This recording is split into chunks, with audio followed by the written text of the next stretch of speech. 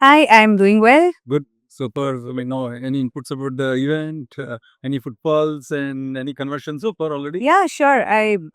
Great event. I think this is one of the only event that I have come to where I'm meeting all the voice AI companies, and so excited to The see curated voice AI. curated voice AI companies. So many interesting use cases, actual use cases that are currently being used. So eyes got opened. Met with potential customers, partners, investors. So it was a very good experience, and the Xtep team has been wonderful. So can't complain I there. mean, nice to see you here. And I think an objective of such an event, I mean, which is possibly the first of the event in the voice AI space. That is what is the objective. Yeah. So coming to maybe, can you just give a very quick 30-second uh, in response to, I mean, what is the proposition of Intellect AI? What do you Sure. try to solve? Sure. So Intellect is a end-to-end platform built for compliance-heavy enterprises. So we work with companies across BFSI, utilities, consumer durables, where companies cannot really afford to take risk about their brand or their perception or AI hallucinating in production. We've run close to 130 million calls last year, and with some of the largest organizations across the sectors I just named. And fundamentally, the approach that I've taken to solve contact center with voice AI is that the entire world is sort of replicating, the 1960s era of contact centers and using AI to just sort of replace the pipes. And what we are doing is we are reimagining the stack completely. So we have been able to combine the power of larger language models and deterministic workflows to sort of work hand in hand with each other and create AI that will not hallucinate at all in production. So we guarantee zero hallucination and also highly scalable and cost effective because we are not reliant on only LLMs to scale the solution. Fantastic.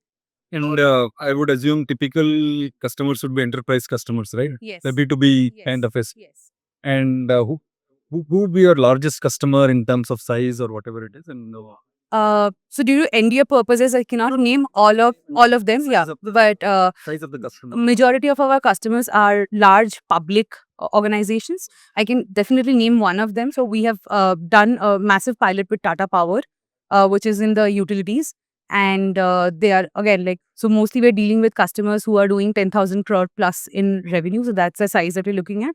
And in terms of contact centers, they run anything between 200 to 300 seater contact centers bare minimum and anything How more. much have we been like, when you started talking to them in terms of, I'm assuming the proposition would be like, saying that, you have a 10,000 people contact center, you're spending X, and with our technology, it could be like, the number would be reduced, cost would be reduced, and something like that, right?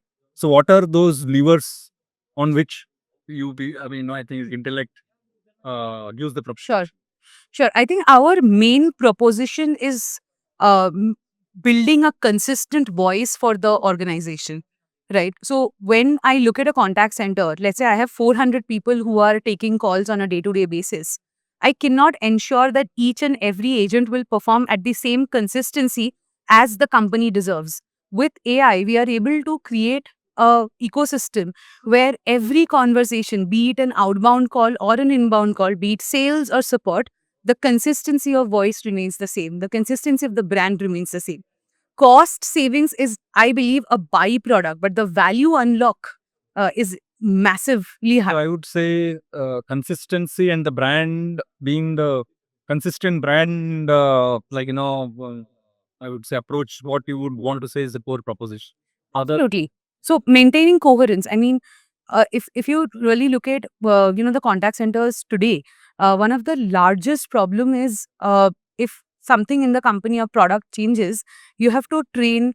There is attrition is the highest in the BPO BPM segment, right?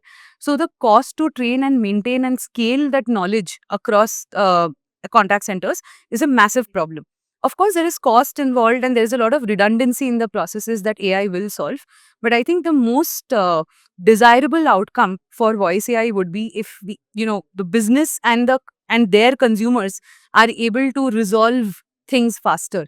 If I today buy a washing machine and I need to just book a service call for some servicing I need, All I need is just, to place my request and get a mechanic to my door the next day.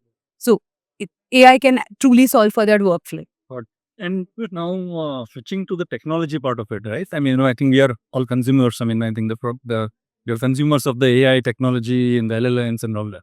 What do you see? Maybe what is not there currently, and how do you see that emerging in the next 1 year, 6 months, or whatever? What are those things?